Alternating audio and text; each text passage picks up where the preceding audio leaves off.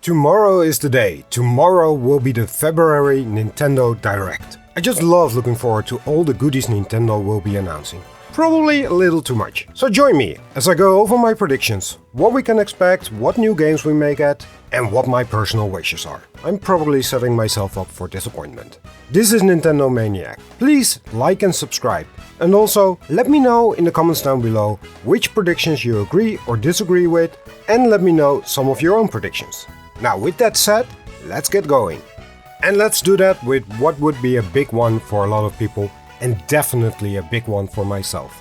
Metroid Prime 4. If you watch my predictions for 2023, you know that I have great doubts about Prime 4 being released at all for the Switch. But here's the thing. A recent news article would have us believe that Nintendo have ramped up the production for the Switch for this year. And to sell all those Switches, Nintendo needs big titles to entice people to buy the console. Metroid Prime 4 could be one of those titles, even though the Metroid series doesn't really have the sales numbers to substantiate that claim. Also, didn't Metroid fans already buy a Switch to play Metroid Dread? Still, it got me doubting. If Nintendo does decide to announce Metroid Prime 4, I'd be very happy, very surprised, and very scared whether the hardware of the Switch will be able to handle the game decently. All in all, I'm still in the no camp for a Prime 4 announcement, and I rather believe that if Nintendo mentions it at all, it would be with an apology for more delays, but then hopefully announces the remaster of the Prime trilogy for the Switch as a compensation for us fans. A game Nintendo of course cannot ignore is The Legend of Zelda Tears of the Kingdom. However, I don't think it will play a major part this Direct. We'll no doubt get a little teaser, a bit of gameplay or perhaps some info about the world, and then follow up with an announcement of a Tears of the Kingdom Direct maybe next week or maybe sometime in March. This is speculation of course, but looking at other games like Splatoon 3 and Xenoblade Chronicles 3, which both got their own Directs last year, it's hard to imagine Nintendo not giving a huge title like this the same attention. Hopefully that's also when we get an official announcement regarding the Tears of the Kingdom Switch console. Now, for a more wild prediction and a personal wish, I'm looking forward to an Amiibo announcement. Amiibo hasn't ever been a major part of any Direct, and with the declining interest in them, it's not logical to expect one now. But still, we've been waiting a long time for Mythra and Pyra to join the Super Smash Bros. Amiibo series. And I do think there's a chance Nintendo will announce their release date this Direct. That probably wouldn't be enough reason for them to include them, so I thought about it, and wouldn't it be cool if they also get some special functionality for Xenoblade Chronicles 3? If Nintendo would do that, I think this could make for a cool item this Direct. Square Enix has been good for the Switch last year, and clearly got themselves quite some attention in the Directs then too. With Theater Rhythm, Final Bar Line and Octopath Traveler 2 just a few weeks away, we'll surely see those games return this Direct. No doubt some new stuff will come our way too, and that's where things get more interesting. Not too long ago, we had some rumors going around for remasters of Bravely Default and Bravely Second. And if true, I would expect these games to be announced this Direct. I hope that unlike Persona 3 and 4 last year, these games will actually get some physical releases, possibly on a single cartridge. And looking at how Square Enix generally deals with their releases, I think us physical nuts stand a good chance here.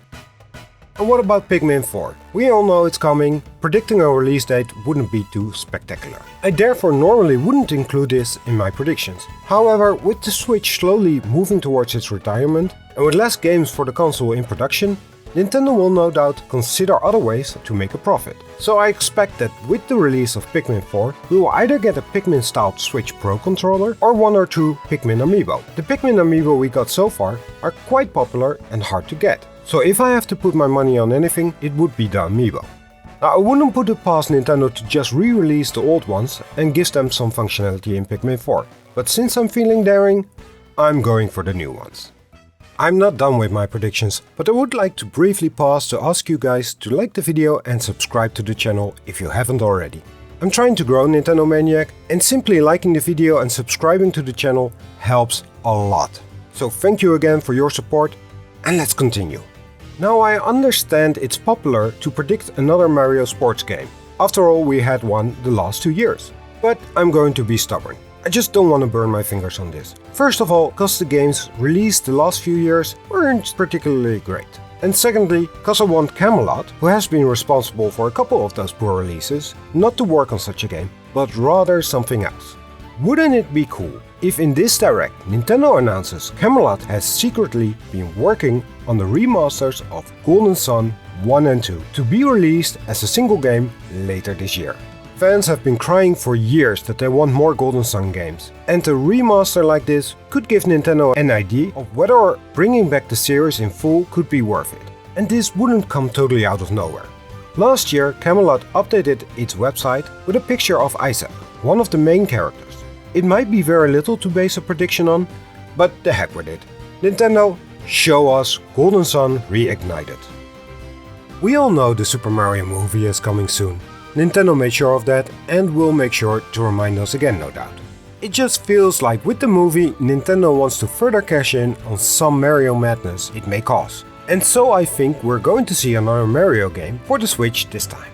Nothing too fancy. For a true successor for Super Mario Odyssey, we will probably have to wait till the next console. But a 2D game, like New Super Mario Bros., would be much cheaper for them to develop and would definitely sell enough even without the new Mario Mania. And if such craziness erupts again, surely a new Mario game would sell like cupcakes.